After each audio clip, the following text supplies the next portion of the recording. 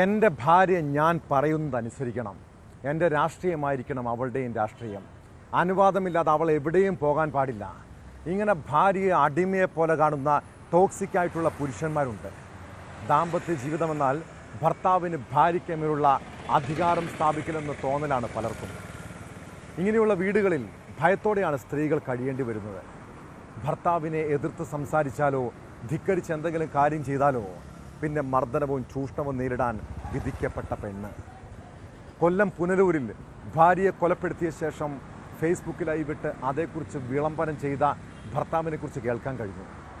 പുനലൂർ സ്വദേശിനി ശാലിനി ആഡംബര ജീവിതം നയിച്ചതും രാഷ്ട്രീയ പാർട്ടിയിൽ പ്രവർത്തിക്കാൻ തുടങ്ങിയതുമെല്ലാമാണ് ഭർത്താവ് ഐസക്കിനെ പ്രകോപിപ്പിച്ചത്. ഇതോടൊപ്പം തിരുവനന്തപുരത്ത് ഹോട്ടൽ മുറിയിൽ യുവതിയെ കഴുത്തു ഞെരിച്ച് കൊലപ്പെടുത്തിയ കേസിൽ പ്രതിക്ക് ജീവപര്യന്തം ശിക്ഷ വിധിച്ച ദിവസമാണിത്. ആ കേസുകൾ ഉൾപ്പെടെ വിശദമായി പരിശോധിക്കുകയാണ് പോലീസ് പട്രോൾ. സ്വാഗതം.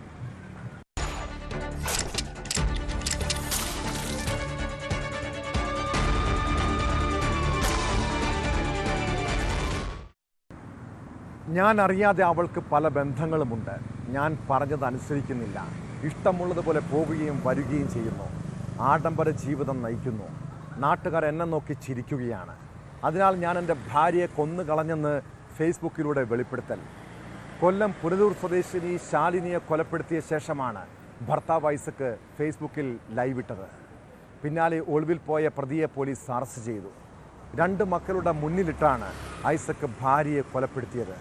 കുടുംബ വഴക്കുകളാണ് കൊലയ്ക്ക് പിന്നിലെ പ്രധാന കാരണമെന്ന് പോലീസ് പറയുന്നു.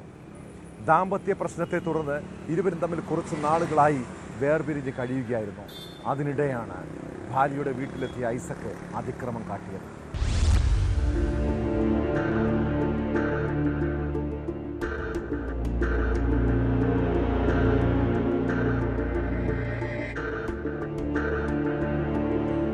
രാവിലെ 6 മണിയോടെയാണ് പുനലൂർ കലയനാട് എന്ന ഗ്രാമത്തെ നടുക്കിയ സംഭവം ഉണ്ടായത്.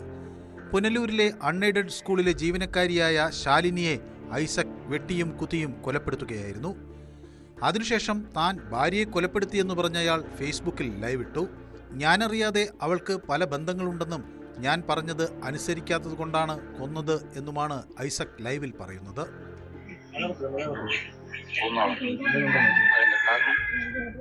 അറിയാതെ പല ബന്ധങ്ങളും ഞാൻ വീട്ടിൽ സ്വർണ്ണമെടുത്ത് പണയം വെക്കുകയും അതുപോലെ തന്നെ ഞാൻ പറഞ്ഞാൽ കേൾക്കാതെ ഇഷ്ടമുള്ള രീതിയിൽ പോവുകയും ചെയ്തുകൊണ്ടിരിക്കുകയായിരുന്നു.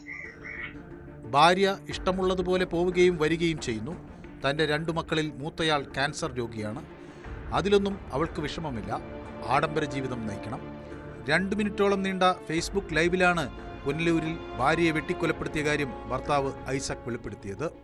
രാഷ്ട്രീയ പാർട്ടിയുമായി സഹകരിക്കുന്നതിൽ തനിക്ക് എതിർപ്പുണ്ടെന്നും എന്നാൽ അതുമായി ഭാര്യ മുന്നോട്ടു പോകുകയാണെന്നും വീഡിയോയിൽ ആരോപിക്കുന്നു.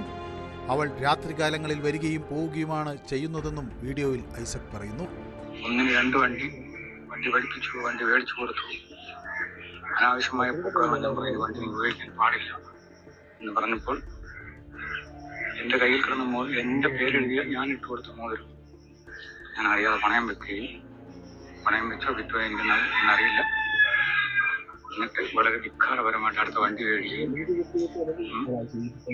എവിടുന്നോ ജോലി അതുപോലെ വേറെ ജോലിക്ക് പോകേണ്ട ആവശ്യമില്ല. എൻ്റെ കാര്യം എന്നാൽ അവൾ അധ്വാനിച്ച് കൊടുക്കുന്നുണ്ട്. മദ്യപാനിയല്ല, ജോലിയില്ല, ഒരു കാര്യങ്ങളില്ല. കുടുംബ പ്രശ്നങ്ങളെ തുടർന്ന് കഴിഞ്ഞ കുറേ നാളായി ഇരുവരും വേർപിരിഞ്ഞ് കഴിയുകയായിരുന്നു.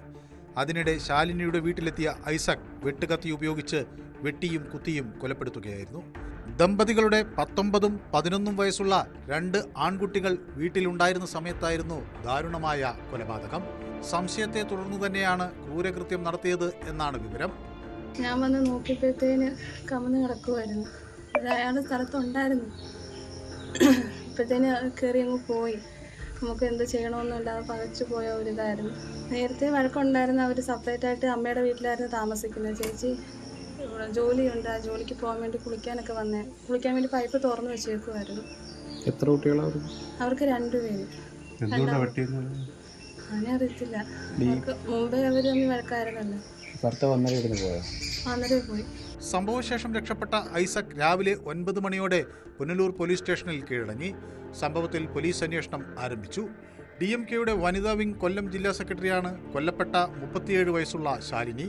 ശാലിനിയും ഭർത്താവ് ഐസക്കും തമ്മിൽ കുടുംബ പ്രശ്നങ്ങളെ തുടർന്നുള്ള തർക്കം കഴിഞ്ഞ 3 വർഷങ്ങളായി ഉണ്ടെന്നും പോലീസിൽ പരാതി നൽകിയിട്ടും നടപടി സ്വീകരിച്ചില്ലെന്നും ആരോപണമുണ്ട്. പക്ഷെ ഇതിലൊരു എടുത്ത് പരിശോധിക്കേണ്ട ഒരു വിഷയം, കഴിഞ്ഞ 3 വർഷമായിട്ട് ഒരു പെൺകുട്ടി, അതും വെറും 37 വയസ്സ് മാത്രം പ്രായമുള്ള ഒരു പെൺകുട്ടി, ഭർത്താവിന്റെ ക്രൂരമായിട്ടുള്ള പീഡനം ഭയന്ന്, അയാളിൽ നിന്നുള്ള വധഭീഷണി ഭയന്ന് എന്നെ കൊലപ്പെടുത്തും എന്ന് ഉറപ്പിച്ച്, എന്നെ കൊലപ്പെടുത്തും എന്ന് ആവർത്തിച്ച് പറഞ്ഞുകൊണ്ട് പോലീസ് അധികാരികൾക്ക് മുന്നാലെ ചെല്ലുന്നു. എന്നാൽ അതിന്മേൽ ഒരു ദിവസമെങ്കിലും ഈ പറയപ്പെടുന്ന അക്രമകാരിയായിട്ടുള്ള ഭർത്താവിനെ പോലീസ് സ്റ്റേഷന്റെ മൂലയിൽ നിർത്തുന്നതിനും അയാൾക്കെതിരായിട്ട് ഒന്നുകിൽ നിയമപരമായിട്ടുള്ള നടപടി, അല്ലെങ്കിൽ സാധാരണ പാവപ്പെട്ട ആളുകൾക്കെതിരായിട്ടൊക്കെ പോലീസ് എടുക്കുന്ന നടപടി ഉണ്ടല്ലോ, ആ നിലയ്ക്ക് അയാൾക്ക് ദേഹം നോവുന്ന രീതിയിൽ ഏതെങ്കിലും തരത്തിലുള്ള ഒരു താക്കീത് ഇത് ഏതെങ്കിലും ഉണ്ടായിരുന്നു എങ്കിൽ ഒരുപക്ഷെ ശാലിനി എന്ന് പറയുന്ന യുവതി ഇന്നും ജീവിച്ചിരിക്കുമായിരുന്നു.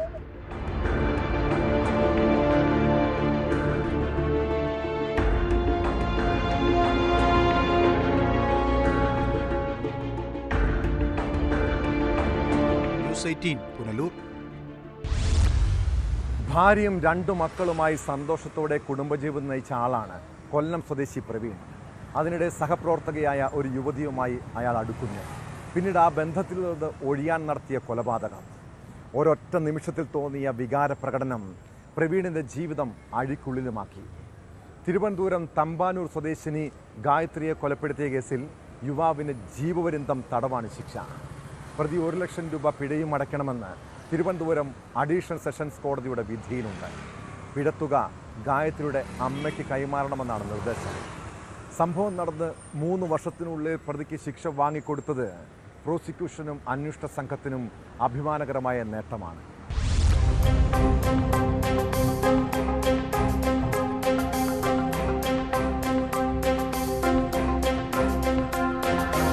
കാട്ടാക്കട സ്വദേശി ഗായത്രിയെ കൊലപ്പെടുത്തിയ കേസിലാണ് ശിക്ഷാവിധി. നഗരത്തിലെ ജ്വല്ലറി ജീവനക്കാരായിരുന്നു ഗായത്രിയും പ്രവീണും. വിവാഹിതരും 2 കുട്ടികളുടെ പിതാവുമായ പ്രവീൺ ഗായത്രിയുമായി പ്രണയത്തിലായിരുന്നു. 2021 വെട്ടുകാട് പള്ളിയിൽ വെച്ച് ഇയാൾ ജ്വല്ലറി റിസപ്ഷനിസ്റ്റായ ഗായത്രിയെ വിവാഹം കഴിച്ചു. പ്രവീണിന്റെ ഭാര്യ വിവരമറിഞ്ഞ് ജ്വല്ലറിയിലെത്തി ബഹളം വെച്ചതിനെ തുടർന്ന് ഗായത്രി റിസപ്ഷനിസ്റ്റ് ജോലിയിൽ നിന്ന് രാജിവെച്ചു. പിന്നീട് ഗായത്രിയെ ഒഴിവാക്കാൻ പ്രവീൺ തീരുമാനിച്ചു. അതിനായി 2022 മാർച്ച് 5-ന് തമ്പാനൂർ അരിസ്റ്റോ ജംഗ്ഷന് സമീപമുള്ള ഹോട്ടലിൽ മുറിയെടുത്ത് ഗായത്രിയെ അവിടേക്ക് കൂട്ടിക്കൊണ്ടുവന്നു. വിഷയം പറഞ്ഞു തീർക്കാൻ എന്ന് പറഞ്ഞായിരുന്നു ഗായത്രിയെ പ്രവീൺ തമ്പാനൂരിലെ ഹോട്ടലിലേക്ക് വിളിച്ചു വരുത്തിയത്. മുറിയിൽ വെച്ച് ഇരുവരും വഴക്കിട്ടു. മുറിക്കുള്ളിൽ വെച്ച് ധരിച്ചിരുന്ന ചുരിദാറിന്റെ ഷാൾ ഉപയോഗിച്ച് കഴുത്തിൽ ചുറ്റിവലിച്ച് ശ്വാസം മുട്ടിച്ച ഗായത്രിയെ കൊലപ്പെടുത്തുകയായിരുന്നു. വൈകിട്ട് 5 മണിയോടെയാണ് പ്രവീൺ കൊലപാതകം നടത്തിയത്. കൊലപാതകത്തിന് ശേഷം ബസ്സിൽ കയറി ഇയാൾ പറവൂരിലേക്ക് പോയി. രാത്രി 12:30യോടെ ഹോട്ടലിൽ വിളിച്ച് ഗായത്രി മരിച്ചു കിടക്കുന്ന വിവരം അറിയിച്ചു. ഗായത്രി ആത്മഹത്യ ചെയ്തതാണെന്ന് വരുത്തി തീർക്കാനായിരുന്നു ഇയാളുടെ ശ്രമം. വളരെ സന്തോഷം. ഈ തലസ്ഥാനത്ത് ഒരു തമ്പാനൂർ പോലൊരു സ്ഥലത്ത് ഇത്തരത്തിലൊരു കുറ്റകൃത്യം നടന്നപ്പോൾ ആ കുറ്റകൃത്യത്തിൽ ഉൾപ്പെട്ട പ്രതിക്ക് മാക്സിമം ശിക്ഷ വാങ്ങിച്ചു കൊടുക്കണമെന്നുള്ളത് ഒരു വലിയ ലക്ഷ്യമായിരുന്നു. അത് നമ്മുടെ സീനിയർ ഓഫീസേഴ്സ്, അന്നത്തെ IG ആയിരുന്ന കമ്മീഷണറായിരുന്ന സ്പർജൻ കുമാർ സാർ IPS-ഉം അതുപോലെ അങ്കിത് അശോകൻ സാർ DCP ആയിരുന്ന സാറിന്റെ ഒക്കെ ഒരു സൂപ്പർവിഷൻ, അതുപോലെ ഇപ്പോഴത്തെ കമ്മീഷണറും DCP-മാരും ഒക്കെ ഈ കേസ് വളരെ കാര്യമായിട്ട് സൂപ്പർവൈസ് ചെയ്തു, ട്രയൽ മോണിറ്റർ ചെയ്തു. അതിന്റെ ഒരു വലിയ റിസൾട്ടാണ് ഇത്. അത് വളരെ നല്ല രീതിയിൽ ഈ തെളിവുകൾ കോടതിയിൽ എത്തിക്കുന്നതിന് പബ്ലിക് പ്രോസിക്യൂട്ടർ രാജേഷ് സാർ വളരെ കാര്യമായിട്ട് വർക്ക് ചെയ്തു. അതേപോലെ തന്നെ എല്ലാവരും നല്ലൊരു കോർഡിനേഷൻ ഉണ്ടായിരുന്നു. അവരുടെ കുടുംബം തന്നെ ഇതിനു വേണ്ടിയിട്ട് എപ്പോഴും ഇതിന്റെ പുറകെ തന്നെ ഉണ്ടായിരുന്നു. ദൃക്സാക്ഷികളില്ലാതിരുന്ന കേസിൽ സാഹചര്യ തെളിവുകളുടെയും ശാസ്ത്രീയ തെളിവുകളുടെയും അടിസ്ഥാനത്തിലാണ് പ്രതി കുറ്റക്കാരനാണെന്ന് കോടതി കണ്ടെത്തിയത്. ഹോട്ടൽ മുറിയിൽ നിന്നും ശേഖരിച്ച വിരലടയാളങ്ങൾ പ്രതിയുടേതാണെന്ന് കണ്ടെത്തിയിരുന്നു. പ്രതിയും ഗായത്രിയുടെ ബന്ധുക്കളും തമ്മിൽ നടത്തിയ മൊബൈൽ ഫോൺ സംഭാഷണങ്ങളുടെ സമയക്രമവും പ്രതിയും ഗായത്രിയും ഉപയോഗിച്ചിരുന്ന മൊബൈൽ ഫോണുകളുടെ ടവർ ലൊക്കേഷനുകളും പ്രതിക്കെതിരെയുള്ള തെളിവുകളായി. ഗായത്രിയുടെ കഴുത്തിലുണ്ടായിരുന്ന മുറിവുകൾ ഒരിക്കലും ആത്മഹത്യയുടെ ഭാഗമായി ഉണ്ടാകില്ല എന്ന് പോസ്റ്റ്മോർട്ടം നടത്തിയ ഡോക്ടർ നൽകിയ മൊഴിയും കേസിൽ നിർണായകമായി. ജീവപര്യന്തം തടവ് ശിക്ഷയും 1,00,000 രൂപ പിഴയുമാണ് പ്രതിക്കുള്ള ശിക്ഷ കോടതി വിധിച്ചിട്ടുള്ളത്. പിഴ കൊടുക്കുകയാണെന്നുണ്ടെങ്കിൽ പിഴത്തുക മരണപ്പെട്ട കുട്ടിയുടെ അമ്മയ്ക്ക് നൽകാനും കോടതി ഉത്തരവായിട്ടുണ്ട്. പിഴ കൊടുക്കാത്ത പക്ഷം 1 വർഷം കൂടി അധിക കഠിന തടവ് അനുഭവിക്കണം. ഇതാണ് കോടതിയുടെ ശിക്ഷ. ഈ ശിക്ഷയിൽ പ്രോസിക്യൂഷനും മരണപ്പെട്ട കുട്ടിയുടെ കുടുംബവും സന്തുഷ്ടരാണ്. തിരുവനന്തപുരം അഡീഷണൽ സെഷൻ കോടതി ജഡ്ജി സിജു ഷേഖാണ് വിധി പ്രഖ്യാപിച്ചത്. ഗായത്രിയുടെ കുടുംബത്തിന്റെ 3 വർഷം നീണ്ടുനിന്ന നിയമ പോരാട്ടത്തിന് കൂടിയാണ് ഇന്ന് ഫലപ്രാപ്തി ഉണ്ടായത്. വിധിയിൽ പരിപൂർണ സന്തുഷ്ടരാണെന്നും ചേച്ചിക്ക് നീതി ലഭിച്ചു എന്നും ഗായത്രിയുടെ അനുജത്തി പറഞ്ഞു. ദൃക്സാക്ഷികളൊന്നും ഇല്ലാതിരുന്ന ഒരു കേസായിരുന്നു. ആരും ഇത് കണ്ടിട്ടില്ലായിരുന്നു. ഇപ്പോൾ സയന്റിഫിക് എവിഡൻസിന്റെ ബേസിസിലും കോൾ റെക്കോർഡിംഗ്സ്, പിന്നെ ടവർ ലൊക്കേഷൻസ്, ഡോക്ടറിന്റെ മൊഴി, അതാണ് ഏറ്റവും പ്രധാനപ്പെട്ടത് ഇതിലായിട്ട് വന്നത്. അപ്പൊ അതിന്റെ എല്ലാം ബേസിസിലാണ് ഇന്ന് ശിക്ഷ വിധിച്ചത്. അങ്ങനെ എന്റെ ചേച്ചിക്ക് ഇന്ന് നീതി കിട്ടിയിരിക്കുകയാണ്. കൊലപാതകം ആത്മഹത്യയാണെന്ന് വരുത്തി തീർക്കാൻ പ്രവീൺ ശ്രമിച്ചിരുന്നു. പിന്നീട് രക്ഷപ്പെടാൻ കഴിയില്ലെന്ന് മനസ്സിലാക്കിയതോടെ കീഴടങ്ങാൻ തീരുമാനിച്ചു. എന്നാൽ അതിനിടെ പോലീസ് പിടികൂടുകയായിരുന്നു. കേസിൽ പ്രതി കുറ്റക്കാരനാണെന്ന് കണ്ടെത്തിയ കോടതി ഇയാൾക്ക് ജീവപര്യന്തത്തിന് പുറമെ 1,00,000 രൂപ പിഴയും ചുമത്തി. ഈ പണം ഗായത്രിയുടെ അമ്മയ്ക്ക് നൽകണം. അല്ലാത്ത പക്ഷം 1 വർഷം കൂടി തടവ് അനുഭവിക്കേണ്ടി വരുമെന്ന് കോടതി ഉത്തരവിൽ പറയുന്നു.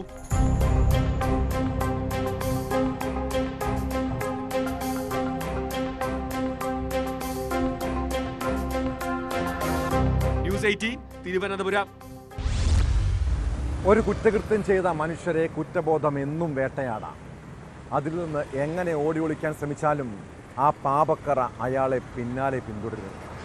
ഒരാളെ കൊലപ്പെടുത്തി നാട് വിട്ടാലും ഈ രാജ്യത്തെ നിയമ സംവിധാനത്തെ കബളിപ്പിച്ചാലും ഒരിക്കൽ പിടിക്കപ്പെടുമെന്ന ഭീതി ഉണ്ടാകും അവർക്ക്. ആലപ്പുഴ ചെങ്ങന്നൂരിലെ ജയപ്രകാശ് ഒരു കൊലപാതകം നടത്തി 31 വർഷത്തോളമാണ് ഒളിവിൽ കഴിഞ്ഞത്.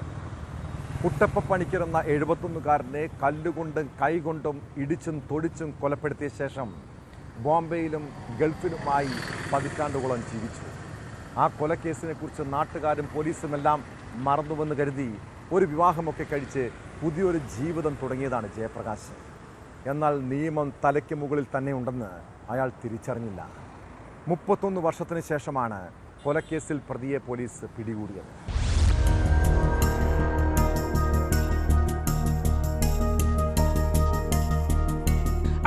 1994 നവംബർ 19 ചെങ്ങന്നൂർ പോലീസ് രജിസ്റ്റർ ചെയ്ത കൊലപാതക കേസിലെ പ്രതിയായ ജയപ്രകാശാണ് 31 വർഷത്തിനു ശേഷം പോലീസിന്റെ വലയിലായത്. പ്രതി ഇപ്പോൾ താമസിക്കുന്ന ചെന്നിത്തല ഒരപ്രം ഭാഗത്തുള്ള ഇന്ദരീവനം എന്ന വീടിന് സമീപം വെച്ചായിരുന്നു അറസ്റ്റ്. 94 നവംബർ 15 രാത്രി 7:15 കനാൽ റോഡിന് സമീപം ജയപ്രകാശ് 71-കാരനായ കുട്ടപ്പ പണിക്കരെ ആക്രമിക്കുകയായിരുന്നു. കല്ലുകൊണ്ടും കൈകൊണ്ടും ഇടിച്ചും തൊഴിച്ചും ഗുരുതര പരിക്കേറ്റ കുട്ടപ്പ പണിക്കർ കോട്ടയം മെഡിക്കൽ കോളേജിൽ ചികിത്സയിലിരിക്കെ മരിച്ചു. സംഭവശേഷം ബോംബെയിലേക്ക് പോയ ജയപ്രകാശ് പിന്നീട് അവിടെ നിന്ന് സൗദിയിലെ ജോലിസ്ഥലത്തേക്ക് കടന്നു കളയുകയായിരുന്നു. മാന്നാർ ഇപ്പോൾ വന്ന ഓണത്തിന് വന്നാണ്. എല്ലാ വർഷവും 30 ദിവസം ലീവിൽ വരും. അതുപ്രകാരം ഇപ്രാവശ്യം വന്നു. ഓണത്തിന് വന്നു. 2-ാം തീയതി 3-ാം തീയതി വന്നു. ഈ മാസം 26-ാം തീയതി പോകാനിരിക്കുകയായിരുന്നു. അതിലാണ് നമുക്ക് ഈ ഇൻഫർമേഷൻ വന്ന് ചെക്ക് ചെയ്തത്. 1999 മുതൽ ജയപ്രകാശിനെ പിടികിട്ടാപ്പുള്ളിയായി പ്രഖ്യാപിച്ചിരുന്നു. പ്രതിയുടെ സഹോദരങ്ങളെ കേന്ദ്രീകരിച്ച് നടത്തിയ അന്വേഷണത്തിലാണ് ജയപ്രകാശ് വിദേശത്താണെന്ന് കണ്ടെത്തിയത്. ഇയാൾ ചെന്നിത്തല കാരാഴ്മ ഭാഗത്ത് നിന്ന് വിവാഹം കഴിച്ചെന്ന് പോലീസ് കണ്ടെത്തി. അതിൽ കേന്ദ്രീകരിച്ചുള്ള നീണ്ട നിരീക്ഷണത്തിനൊടുവിലാണ് നാട്ടിലെത്തിയപ്പോൾ ജയപ്രകാശ് പിടിയിലാകുന്നത്. ചെങ്ങന്നൂർ CA വിപിൻ എസിയുടെ നേതൃത്വത്തിൽ SI പ്രദീപ്, CPOമാരായ ബിജേഷ് കുമാർ, ബിപിൻ കെ ദാസ് എന്നിവരടങ്ങിയ പ്രത്യേക സംഘമാണ് പ്രതിയെ കണ്ടെത്തിയത്.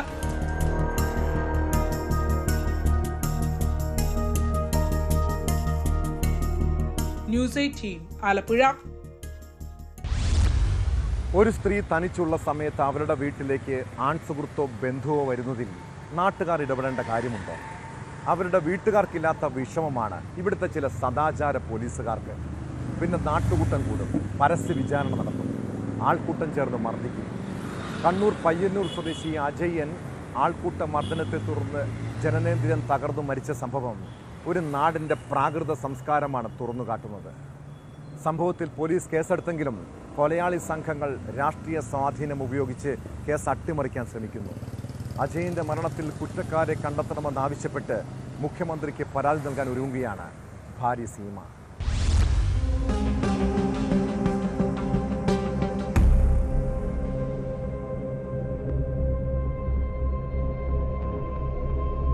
കഴിഞ്ഞ ജൂൺ മാസം 24-നാണ് പയ്യന്നൂർ പെരളം സ്വദേശി അജയൻ നീലേശ്വരത്ത് ക്രൂരമർദ്ദനത്തിനിരയായത്. 27-ാം തീയതി ആശുപത്രിയിൽ മരണപ്പെടുകയും ചെയ്തു. നീലേശ്വരം ചിറപ്പുറത്ത് പരിചയക്കാരിയായ സ്ത്രീയെ കാണാൻ പോയ അജയനെ ബന്ധുക്കളും നാട്ടുകാരും ചേർന്നാണ് മർദ്ദിച്ചതെന്ന് ഭാര്യ സീമ പറയുന്നു. പിന്നീട് നീലേശ്വരം പോലീസ് കസ്റ്റഡിയിലെടുത്ത് വിട്ടയച്ച അജയനെ ചിലർ വീണ്ടും അതിക്രൂരമായി മർദ്ദിച്ചുവെന്നും ഇതേ തുടർന്നാണ് മരണം സംഭവിച്ചതെന്നും സീമ പറയുന്നു. ജനനേന്ദ്രിയം തകർന്നുണ്ടായ ആന്തരിക രക്തസ്രാവമാണ് മരണത്തിന് കാരണമെന്ന പോസ്റ്റ്മോർട്ടം റിപ്പോർട്ടിൽ പറയുന്നു. ആടുന്ന് തിരിച്ചു വരുന്ന ഹസ്ബൻഡിനെ മാർക്കറ്റിൽ വെച്ച് ആദ്യം ഒരു കൂട്ടം ആൾക്കാർ മർദ്ദിച്ചു എന്നാണ്. അതിന്റെ ഫലമായിട്ട് വീട്ടിൽ വന്നതിന് ശേഷം നല്ല വയറുവേദന ഉണ്ടായിന്. സംഭവം വീട്ടിൽ അറിയിച്ചിട്ടുണ്ടായിട്ടില്ല. ഇന്നത് പറ്റിയെന്ന് പറഞ്ഞില്ല. നമ്മൾ വിചാരിച്ച് സാധാരണ മൂത്രക്കടച്ചിൽ അങ്ങനെയൊന്നും ആയിരിക്കും വിചാരിച്ച് പിറ്റേ ദിവസം ഹോസ്പിറ്റലിൽ പോയി. 26-ാം തീയതി 24-ലാണ് സംഭവം നടക്കുന്നത്. 25-ന് മേലും കൈ വേദന എന്നുള്ള പറഞ്ഞിട്ട് കടന്നു കുറേ സമയം. 26-ന് രാവിലെ നല്ലോണം വേദനയായിട്ട് ഹോസ്പിറ്റലിൽ പോയി. അപ്പോൾ അവിടെ ഡോക്ടറില്ല, സർജൻ ഉണ്ടായിട്ടില്ല പറഞ്ഞിട്ട് ഇങ്ങോട്ട് തിരിച്ചു വരിയതിന്. അന്നേരം എന്നോട് സംഭവമൊന്നും പറയുന്നില്ല. പിറ്റേ ദിവസം 27-ാം തീയതി രാവിലെ നല്ല വയറുവേദന, മൂത്രം പോകാത്തൊരവസ്ഥയായിട്ട് ഹോസ്പിറ്റലിൽ പോകുമ്പോൾ അവിടെ എത്തിയിട്ട് കുറച്ച് സമയം ഉണ്ടായിരുന്നു. അപ്പോൾ മരിച്ചുപോയി. മർദ്ദനമേറ്റ് വീട്ടിലെത്തിയ അജയൻ മൂത്ര തടസ്സത്തെ തുടർന്നാണ് ആശുപത്രിയിൽ ചികിത്സ തേടിയത്. അജയനെ മർദ്ദിച്ചവർ രാഷ്ട്രീയ സ്വാധീനം ഉപയോഗിച്ച് കേസ് അട്ടിമറിക്കുകയാണെന്ന് ഭാര്യ സീമ ആരോപിക്കുന്നു. അവരൊരു CPM പ്രവർത്തകയാണെന്നാണ് പറഞ്ഞത്. അവര് വിളിച്ചവരും അവർ അത്തരത്തിലുള്ള ആൾക്കാരെന്ന് അറിയാൻ പറ്റിയത് അവരുടെ സ്വാധീനം, രാഷ്ട്രീയ സ്വാധീനം കൊണ്ടാണ് കേസ് എങ്ങും എത്താത്തതെന്നാണ് പറയുന്നത്. അപ്പോൾ ഒന്നുകിൽ ആ 23-24 ദിവസത്തെ 2-3 ദിവസത്തെ CCTV Cheruppuram urban ക്ലിനിക്കിലെത്തിയും Nileshwaram മാർക്കറ്റിലെയും CCTV പരിശോധിച്ചാൽ തന്നെ മനസ്സിലാവും. പിന്നെ ആടിയിലെ കടക്കാരൊക്കെ നമ്മളോട് നേരിട്ടും അല്ലാതെയും പറയുന്നുണ്ട്. അവർ സംഭവം കണ്ടവർ അവർക്കൊരു ഭീഷണി ഉണ്ടായിന്, സാക്ഷി പറയാൻ പാടില്ല, നമ്മൾ പറഞ്ഞു കഴിഞ്ഞാൽ നാളെ നമ്മളെ കച്ചവട സ്ഥാപനമൊന്നും ഇവിടെ ഉണ്ടാവില്ല എന്ന് അവർ പറയുന്നത്. അതുകൊണ്ട് അവർ ഇത് സാക്ഷി പറയാത്തതെന്നാണ് പറയുന്നത്. അടിവയറ്റിലേറ്റ മാരകമായ മുറിവുകൾക്കൊപ്പം ശരീരത്തിന്റെ പല ഭാഗങ്ങളിലും ക്ഷതമേറ്റതായി പോസ്റ്റ്മോർട്ടം റിപ്പോർട്ടിലുണ്ട്. സംഭവം നടന്ന 3 മാസം കഴിഞ്ഞിട്ടും കുറ്റക്കാരെ നിയമത്തിന് മുന്നിൽ കൊണ്ടുവരാൻ സാധിക്കാത്തതിൽ മുഖ്യമന്ത്രിക്ക് പരാതി നൽകാൻ ഒരുങ്ങുകയാണ് കുടുംബം.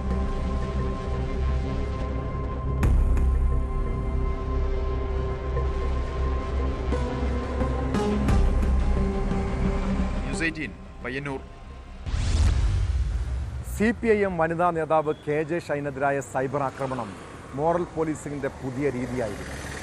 ഒരു സ്ത്രീ വിവാഹിതയോ അവിവാഹിതയോ ആകട്ടെ, അവരുടെ സൗഹൃദങ്ങൾ നാട്ടുകാരെ ബോധിപ്പിച്ചു വേണമെന്നാണ് ഇത്തരം പ്രാകൃത സംസ്കാരമുള്ളവരുടെ കാഴ്ചപ്പാട്. നാട്ടിലെ സദാചാര പോലീസിംഗിനെതിരായ നിയമ നടപടി പോലെ സോഷ്യൽ മീഡിയയിലെ പരസ്യ വിചാരണകളെയും വെറുതെ വിടാൻ പാടില്ല.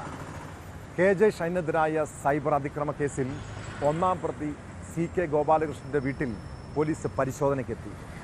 ഗോപാലകൃഷ്ണൻ്റെ മൊബൈൽ ഫോൺ പിടിച്ചെടുത്ത പോലീസ് അന്വേഷണ സംഘത്തിന് മുന്നിൽ ചോദ്യം ചെയ്യലിന് ഹാജരാകാനും നോട്ടീസ് നൽകിയിട്ടുണ്ട്. ഗോപാലകൃഷ്ണൻ ഒളിവിലെന്നാണ് പോലീസ് പറയുന്നത്.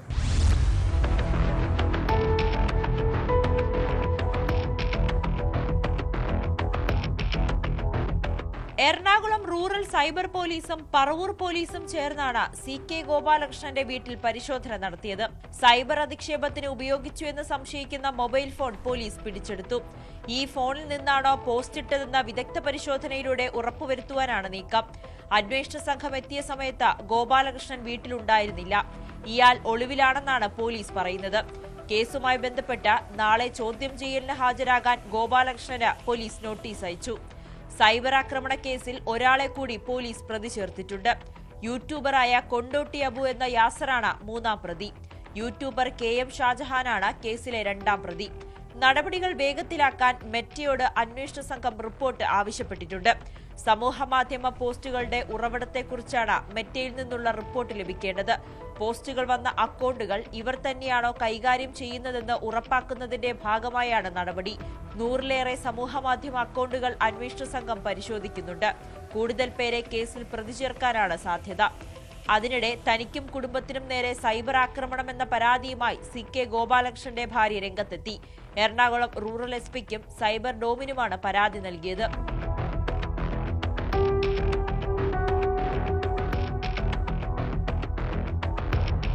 ന്യൂസ് 18 കൊച്ചി.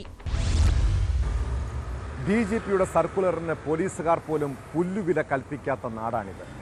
പോലീസുകാർ യൂണിഫോം ധരിച്ച് സോഷ്യൽ മീഡിയയിൽ ഫോട്ടോകൾ ഇടരുതെന്നും റീൽസുകൾ ഇടരുതെന്നും നിർദ്ദേശമുണ്ട്. എന്നാൽ ഡ്യൂട്ടിക്കിടയിൽ പോലും റീൽസ് ചിത്രീകരണം നടത്തുന്ന ഉദ്യോഗസ്ഥരെ കാണാം. വനിതാ ബറ്റാലിയനിലെ പോലീസുകാർ കഴിഞ്ഞ ദിവസം കളിയിക്കാവിളിയിൽ വെച്ച് റീൽസ് ചിത്രീകരിച്ച് സമൂഹ മാധ്യമങ്ങളിൽ സ്റ്റാറ്റസ് ആക്കിയത് വലിയ വിവാദമായിട്ടുണ്ട്. SIയും അസോസിയേഷൻ ഭാരവാഹികളുമടക്കം റീൽസിലുണ്ട്.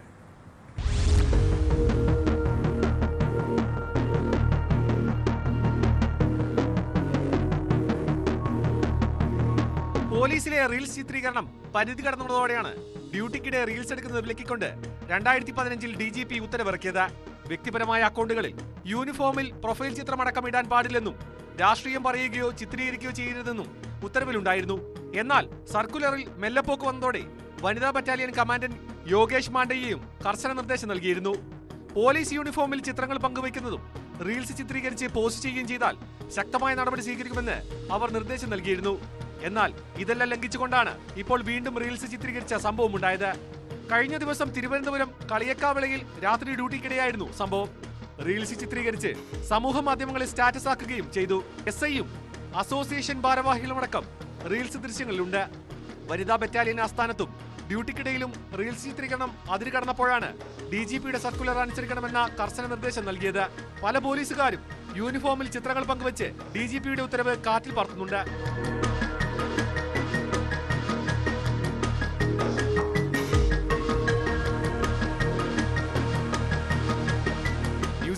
തിരുവനന്തപുരം. നടൻ ഉണ്ണി മുകുന്ദൻ മുൻ മാനേജരെ മർദ്ദിച്ച കേസ് സമീപകാലത്ത് ഏറെ ചർച്ചയായതാണ്. പിന്നീട് പോലീസ് കേസ് അന്വേഷിച്ച് കുറ്റപത്രം കോടതിയിലും സമർപ്പിച്ചു. ഇപ്പോൾ Kakkanad judicial first class magistrate കോടതി ഉണ്ണി മുകുന്ദന് സമൻസ് അയച്ചിരിക്കുന്നു. ഒക്ടോബർ 27 നേരിട്ട് ഹാജരാകണമെന്നാണ് കോടതിയുടെ നിർദ്ദേശം. കേസിൽ പോലീസ് കുറ്റപത്രം സമർപ്പിച്ചതിൻ്റെ തുടർ നടപടിയായിട്ടാണ് സമൻസ്. നേരത്തെ സിനിമാ സംഘടനകൾ പ്രശ്നത്തിൽ ഇടപെട്ടെങ്കിലും നിയമ നടപടികൾ തുടരട്ടെ എന്നായിരുന്നു നിലപാട്.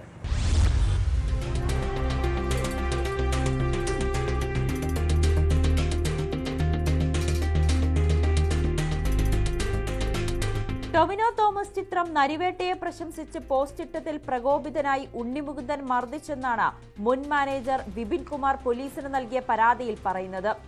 മാർക്കോയ്ക്ക് ശേഷം പുതിയ പടങ്ങൾ കിട്ടാത്തതിന്റെ നിരാശയാണ് ഉണ്ണിമുകുന്ദനെന്നും അത് പലരോടും തീർക്കുകയായിരുന്നുവെന്നും വിപിൻ ആരോപണം ഉയർത്തുകയും ചെയ്തിരുന്നു. വിപിന്റെ പരാതിയിൽ കേസെടുത്ത ഇൻഫോപാർക്ക് പോലീസ് മർദ്ദിച്ചതിനും അസഭ്യം പറഞ്ഞതിനും ജാമ്യം ലഭിക്കുന്ന വകുപ്പുകളാണ് ഉണ്ണിമുകുന്ദനെതിരെ ചുമത്തിയിരിക്കുന്നത്. മർദ്ദനം നടന്ന വിപിന്റെ കാക്കനാട്ടെ ഫ്ളാറ്റിന്റെ പാർക്കിലെ CCTV ദൃശ്യങ്ങളും ഇരുവരുടെയും സുഹൃത്തുക്കളുടെയും മൊഴിയും ശേഖരിച്ച പോലീസ് കുറ്റപത്രം കോടതിയിൽ സമർപ്പിക്കുകയും ചെയ്തിരുന്നു.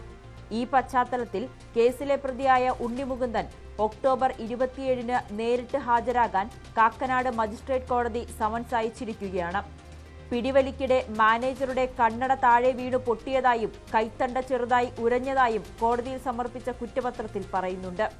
മർദ്ദിച്ചെന്ന് വിപിൻ പറയുന്നത് അടിസ്ഥാനരഹിതമാണെന്നും തനിക്കെതിരെ നടക്കുന്ന സംഘടിത ഗൂഢാലോചനകളുടെ ഭാഗമാണ് പരാതിയെന്നുമായിരുന്നു ഉണ്ണിമുകുന്ദൻ അന്ന് പ്രതികരിച്ചത്. പോലീസ് അന്വേഷണം നടക്കുന്ന സമയത്ത് നടൻ DGPക്ക് പരാതിയും നൽകിയിരുന്നു. സംഭവത്തിലെ ഗൂഢാലോചന അന്വേഷിക്കണമെന്നായിരുന്നു പരാതിയിലെ ആവശ്യം. സത്യം പുറത്തുകൊണ്ടുവരണമെന്നും ഉണ്ണിമുകുന്ദൻ വ്യക്തമാക്കിയിരുന്നു. താരസംഘടനയായ അമ്മയിലും ഫെഫ്കയിലും വിപിൻ പരാതി നൽകിയിരുന്നു. തുടർന്ന് നടത്തിയ ചർച്ചയിൽ ഇരുവരും തമ്മിലുള്ള പ്രശ്നങ്ങൾ പരിഹരിച്ചതായാണ് സംഘടന വ്യക്തമാക്കിയത്.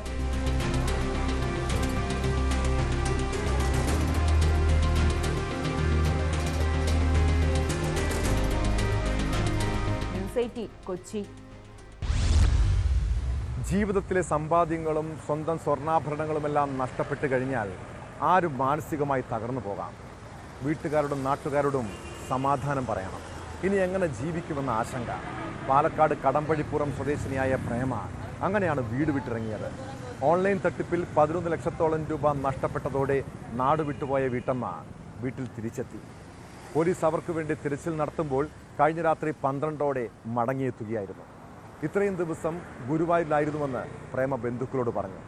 പ്രേമയുടെ മൊഴി രേഖപ്പെടുത്തിയ പോലീസ് ഓൺലൈൻ തട്ടിപ്പിന് കേസ് രജിസ്റ്റർ ചെയ്തിട്ടുണ്ട്.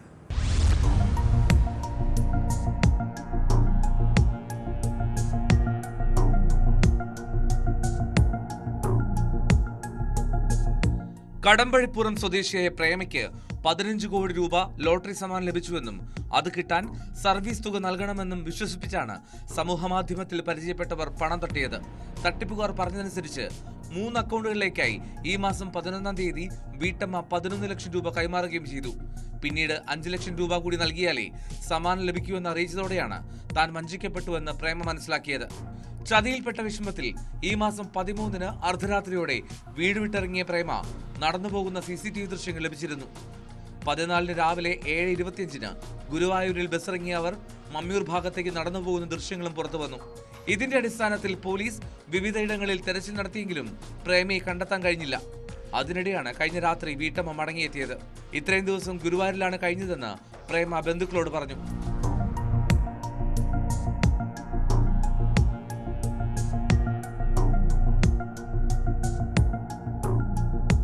സാമ്പത്തിക തട്ടിപ്പിന് ഇരയായതിന്റെ മനോവിഷമം മൂലം വീട് വിട്ടിറങ്ങിയതാണെന്നാണ് അവർ പറയുന്നത്. പ്രേമയിൽ നിന്ന് വിശദമായ മൊഴി രേഖപ്പെടുത്തിയ ശ്രീകൃഷ്ണപുരം പോലീസ് ഓൺലൈൻ തട്ടിപ്പിന് കേസെടുത്തു. ഇവരുടെ ഫോൺ ഉൾപ്പെടെ പരിശോധിച്ച ശേഷം തുടർ നടപടി സ്വീകരിക്കാനാണ് പോലീസിന്റെ തീരുമാനം.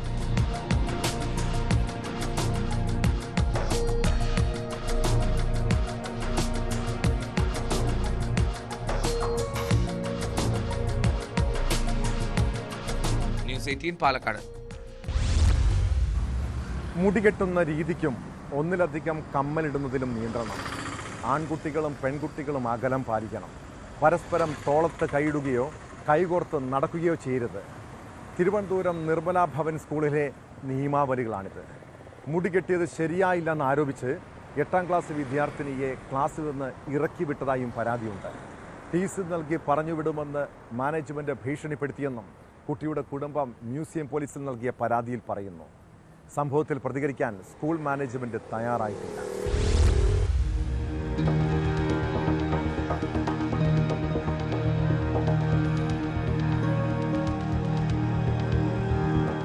തിരുവനന്തപുരം നെട്ടയം സ്വദേശി പ്രസന്നന്റെ 8ാം ക്ലാസ്സിൽ പഠിക്കുന്ന മകളെയാണ് മുടികെട്ടിയത് ശരിയായില്ല എന്ന് പറഞ്ഞ് ക്ലാസ്സിൽ നിന്ന് ഇറക്കിവിട്ടത്.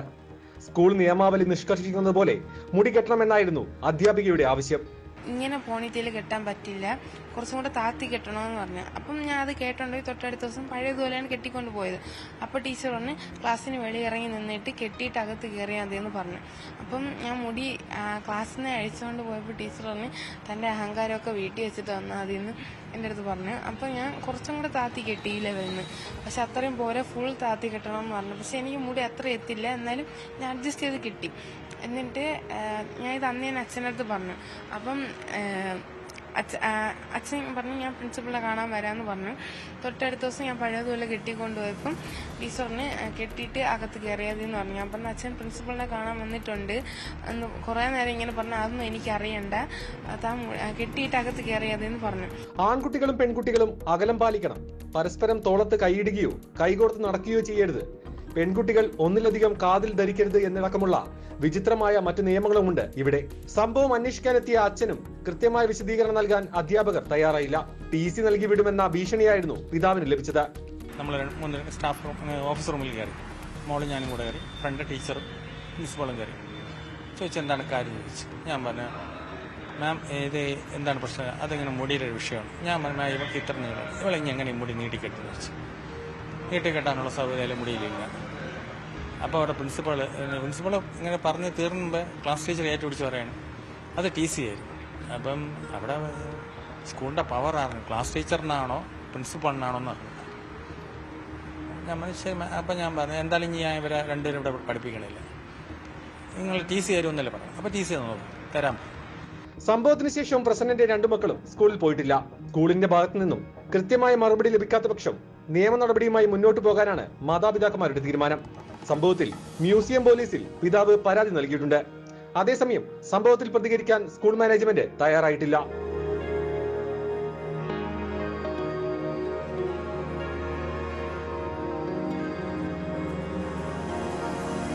ന്യൂസ് 18 തിരുവനന്തപുരം. ബ്യൂട്ടി പാർലറിന്റെ മറവിൽ ലൈസൻസ് ഇല്ലാതെ സ്പാ സെന്റർ. രാത്രിയും പകലും നിത്യ സന്ദർശകർ. കേരള അതിർത്തി പ്രദേശമായ കർണാടക വിരാജ്പേട്ടയിലെ വാടക കെട്ടിടത്തിൽ 6 മാസമായി നടത്തി വന്നത് അനാശാസ്യ കേന്ദ്രമാണ്. 3 കണ്ണൂർ സ്വദേശികളാണ് നടത്തിപ്പുകാർ. പോലീസ് നടത്തിയ റെയ്ഡിൽ മലയാളികളടക്കം 4 പേരെ വിരാജ്പേട്ട പോലീസ് അറസ്റ്റ് ചെയ്തു. ഇവിടെ ഉണ്ടായിരുന്ന 4ഓളം സ്ത്രീകളെയും പോലീസ് പിടികൂടി വനിതാ കംഫർട്ട് സെന്ററിലേക്ക് മാറ്റി. കന്നഡ സിനിമയിലെ ചില നടിമാരും സന്ദർശകരായി എത്തിയിരുന്നുവെന്നാണ് പോലീസിന് ലഭിക്കുന്ന വിവരം.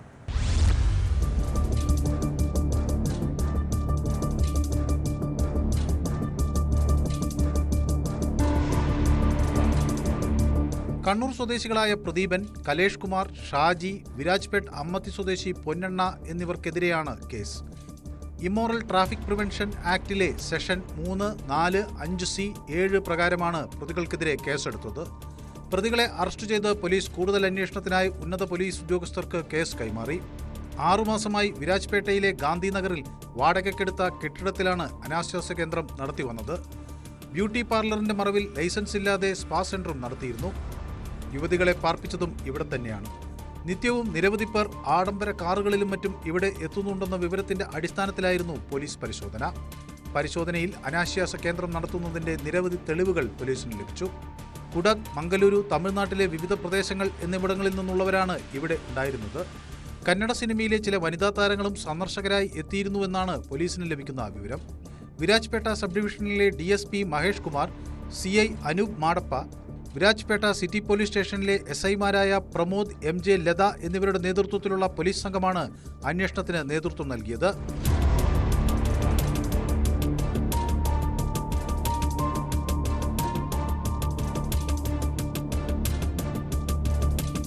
News desk, news 18. തിരുവനന്തപുരം കിളിമാനൂരിൽ നാട്ടുകാരുടെയും വ്യാപാരികളുടെയും ഉറക്കം കെടുത്തി കവർച്ചാ സംഘങ്ങൾ. കിളിമാനൂരിൽ അടുത്തടുത്തുള്ള 2 കടകളിലാണ് മോഷണം നടന്നത്. ഇവിടെ നിന്ന് ലാപ്ടോപ്പും പണവും കവർന്നെന്നാണ് പരാതി. പാലക്കാട് ഒറ്റപ്പാലത്ത് തമിഴ് കുടുംബത്തിൻ്റെ വീട്ടിൽ നിന്ന് പട്ടാപ്പകൽ 2 പവൻ സ്വർണവും 42,000 രൂപയും മോഷണം പോയി. പുതിയ വീടിൻ്റെ പണി തുടങ്ങാനായി ബാങ്കിൽ പണയം വയ്ക്കാൻ ലക്ഷ്യമിട്ട് സൂക്ഷിച്ച സ്വർണമാണ് കള്ളൻ കൊണ്ടുപോയത്.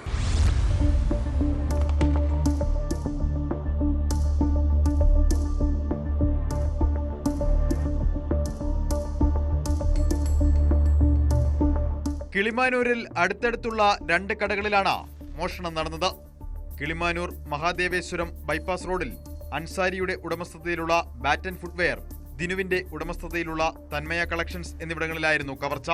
ബാറ്റൻ ഫുട്വെയറിൽ നിന്നും കൗണ്ടറിലെ മേശയിൽ സൂക്ഷിച്ചിരുന്ന 20,000 രൂപയും തന്മയ കളക്ഷൻസിൽ നിന്നും ലാപ്ടോപ്പും 2,000 രൂപയും മോഷ്ടാക്കൾ കവർന്നു. തന്മയ കളക്ഷൻസിൽ ഷട്ടറിന്റെയും ഗ്ലാസ് ഡോറിന്റെയും പൂട്ട് തകർത്താണ് മോഷ്ടാവ് കടയ്ക്കുള്ളിൽ പ്രവേശിച്ചത്. ഗ്ലാസ് ഡോറിന്റെ പൂട്ട് തകർത്താണ് ബാറ്റൻ ഫുട്വെയറിൽ കള്ളൻ അകത്ത് കയറിയത്. ഇവിടുത്തെ CCTV-യിൽ മോഷ്ടാവിന്റെ ദൃശ്യം പതിഞ്ഞിട്ടുണ്ട്.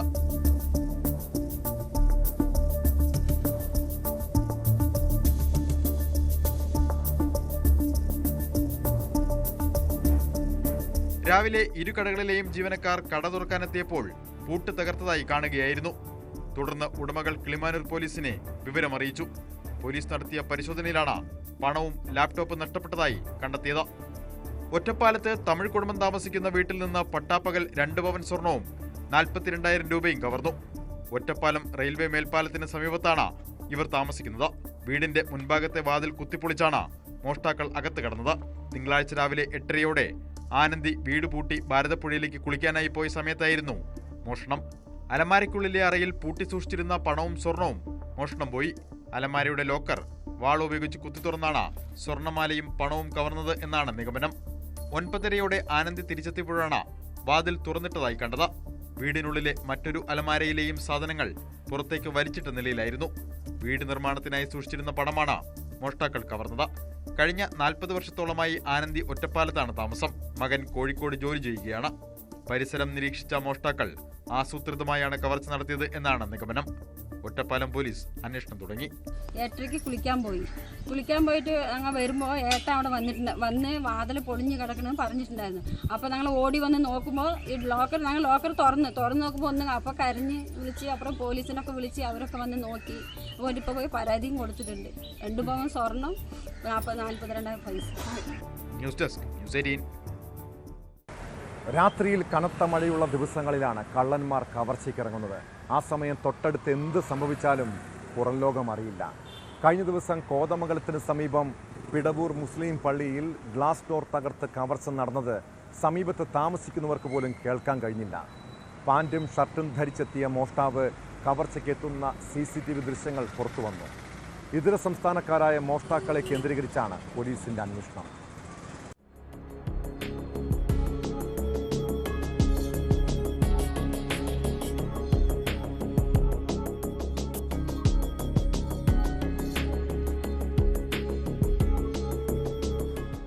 പുലർച്ചെ 1 മണിയോടെയാണ് പിടവൂർ ബദറിയ ജുമാ മസ്ജിദിൽ മോഷ്ടാവെത്തിയത്.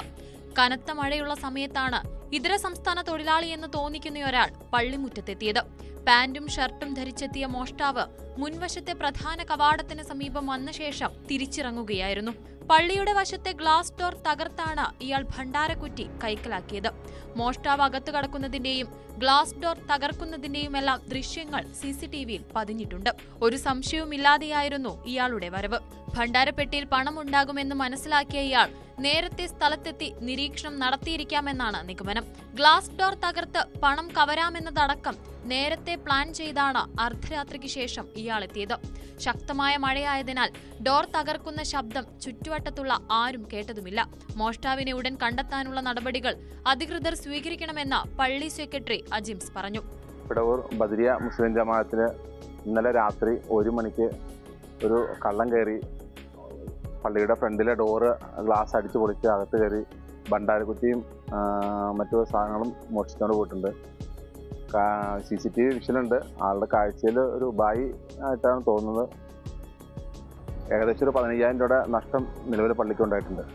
പോത്താനിക്കാട് പോലീസ് സ്ഥലത്തെത്തി പ്രാഥമിക അന്വേഷണം നടത്തി. പള്ളിയിലെ CCTV ദൃശ്യങ്ങൾ ശേഖരിച്ച് പോലീസ് അന്വേഷണം ആരംഭിച്ചിട്ടുണ്ട്.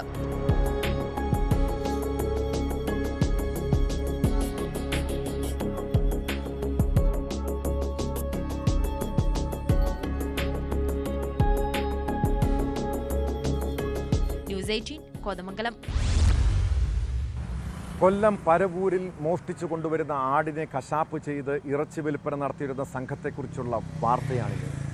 പരവൂരിലും പരിസര പ്രദേശങ്ങളിൽ നിന്നാണ് സംഘം ആടിനെ മോഷ്ടിക്കുന്നത്. തമിഴ്നാട് സ്വദേശി ഭരത് എന്ന യുവാവ് മോഷ്ടിക്കുന്ന ആടിനെ കൊല്ലം തെക്കുംഭാഗം സ്വദേശി നിയാസിന് കൈമാറും. കഴിഞ്ഞ ദിവസം ഭരത്തിനെ പിടികൂടിയതോടെയാണ് ഈ കവർച്ചാ സംഘത്തെക്കുറിച്ച് പോലീസ് വിശദമായി മനസ്സിലാക്കിയത്. കേസിലൊടുവിൽ മുഖ്യപ്രതി നിയാസിനെയും അറസ്റ്റ് ചെയ്തു.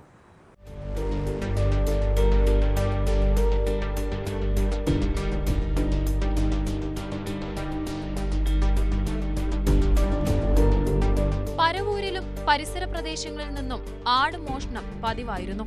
പരാതികളെ തുടർന്ന് പോലീസ് നടത്തിയ അന്വേഷണത്തിൽ തമിഴ്നാട് സ്വദേശിയും പരവൂരിൽ താമസക്കാരനുമായ 23-കാരൻ ഭരത്തിനെ പിടികൂടുകയായിരുന്നു. ഇയാളിൽ നിന്നും ലഭിച്ച നിർണായക വിവരങ്ങളായിരുന്നു നിയാസിനെ പിടികൂടാനായത്.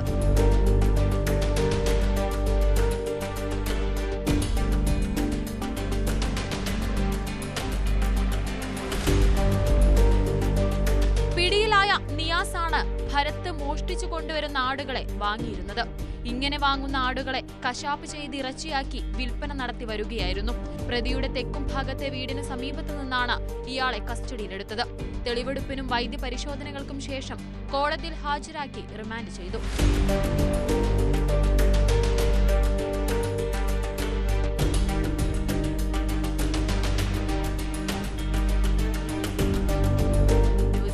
കൊല്ലം. മലപ്പുറം താനൂരിൽ നിന്ന് മത്സ്യബന്ധനത്തിന് പോയ പുതിയ കടപ്പുറം സ്വദേശിയുടെ വലയിൽ കുടുങ്ങിയത് മീനിന് പകരം 2 നാഗവിഗ്രഹങ്ങൾ. ഇത് കണ്ട അമ്പരന്ന മത്സ്യത്തൊഴിലാളി റസലിന് ആദ്യം എന്ത് ചെയ്യണമെന്ന ധാരണ ഉണ്ടായില്ല. ഒടുവിൽ പ്രശ്നപരിഹാരത്തിനായി അദ്ദേഹം പോലീസ് സ്റ്റേഷനിലെത്തി. മോഷ്ടിച്ചതാണോ അതോ ആരെങ്കിലും ഉപേക്ഷിച്ചതാണോ എന്നാണ് പോലീസ് പരിശോധിക്കുന്നത്. വിഗ്രഹങ്ങളുടെ ഫോട്ടോ പോലീസ് സമൂഹ മാധ്യമങ്ങളിലടക്കം പങ്കുവച്ചിട്ടുണ്ട്.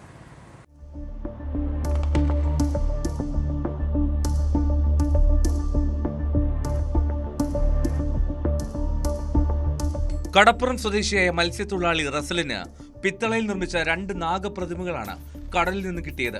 ഓരോന്നിനും 5 കിലോ ഭാരം വരും. ആദ്യം ഒന്ന് അമ്പരന്നെങ്കിലും കരയിൽ തിരിച്ചെത്തി വിഗ്രഹങ്ങൾ താനൂർ പോലീസിന് കൈമാറി. ഇതെങ്ങനെ കടലിലെത്തിയെന്ന് തങ്ങൾക്കും അറിയില്ലെന്നാണ് പോലീസ് പറയുന്നത്. എല്ലാ സാധ്യതകളും പരിശോധിച്ചു വരികയാണെന്നും പോലീസ് വ്യക്തമാക്കി. മോഷ്ടിച്ചതാണോ അതോ ആരെങ്കിലും ഉപേക്ഷിച്ചതാണോ എന്നാണ് പരിശോധിക്കുന്നത്. കേരളത്തിലെ മിക്ക ക്ഷേത്രങ്ങളോടുമനുബന്ധിച്ച് നാഗക്ഷേത്രങ്ങളോ സർപ്പക്കാവുകളോ കാണാൻ കഴിയും. ഇവിടെ നിന്ന് മോഷണം പോയ വിഗ്രഹങ്ങളാണോ എന്നതിനെ ചുറ്റിപ്പറ്റിയാണ് പോലീസ് അന്വേഷണം. തെക്കൻ കേരളത്തിലെ പ്രശസ്തമായ നാഗക്ഷേത്രങ്ങളാണ് മണ്ണാറശാലയും വെട്ടിക്കാടും. ഇവിടെയൊക്കെ പക്ഷേ കൽബിംബങ്ങളാണ് ആരാധനയ്ക്കുള്ളത്. കേരളത്തിലെ ചില വീടുകളിലും നാഗാരാധനയും സർപ്പക്കാവുകളുമുണ്ട്. സർപ്പക്ഷേത്രങ്ങളിൽ എവിടെ നിന്നെങ്കിലും മോഷ്ടിച്ച ശേഷം വിഗ്രഹങ്ങൾ കടലിൽ ഉപേക്ഷിച്ചതാകാമെന്ന സംശയം പോലീസിനുണ്ട്. ചിലർ പഴയ കാവുകളൊക്കെ വെട്ടിത്തെളിച്ച് മാറ്റുന്നുമുണ്ട്. മോഷണം പോയതാണെങ്കിൽ വാർത്ത പുറത്തു വരുന്നതോടെ ഉടമസ്ഥർ ഇതിനെ തേടിയെത്തുമെന്ന പ്രതീക്ഷയിലാണ് പോലീസ്. വിഗ്രഹങ്ങളുടെ ഫോട്ടോ പോലീസ് സമൂഹ മാധ്യമങ്ങളിലടക്കം പങ്കുവച്ചു. എന്തെങ്കിലും വിവരം ലഭിക്കുന്നവർ താനൂർ പോലീസുമായി ബന്ധപ്പെടണമെന്ന് അറിയിച്ചു.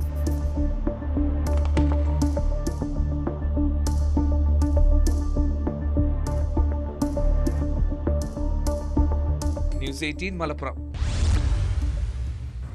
കുറ്റകൃത്യങ്ങളുടെ മറ്റു ചില വാർത്തകൾ ചുരുക്കത്തിൽ.